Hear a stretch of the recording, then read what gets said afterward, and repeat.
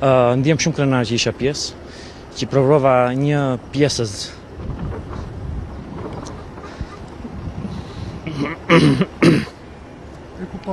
të dhunës që palestinezët provojnë çdo ditë. Dhe unë nuk dua të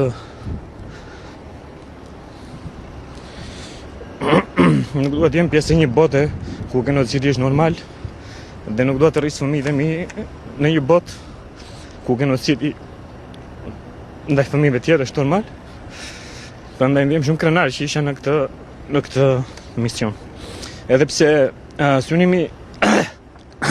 synimi parsor i misionit dështoi që është hapja e një korridori humanitar, synimi dytësor që është rritja e solidaritetit me popullin e Gazës dhe rritja e vetdijes botërore për çështjen për të plagë të hapur në botën tonë, ishte i suksesshëm, shpresoj, kështu që le të themi ky mund ja vlejti. Faleminderit. Faleminderit dhe ju. Bravo Baki.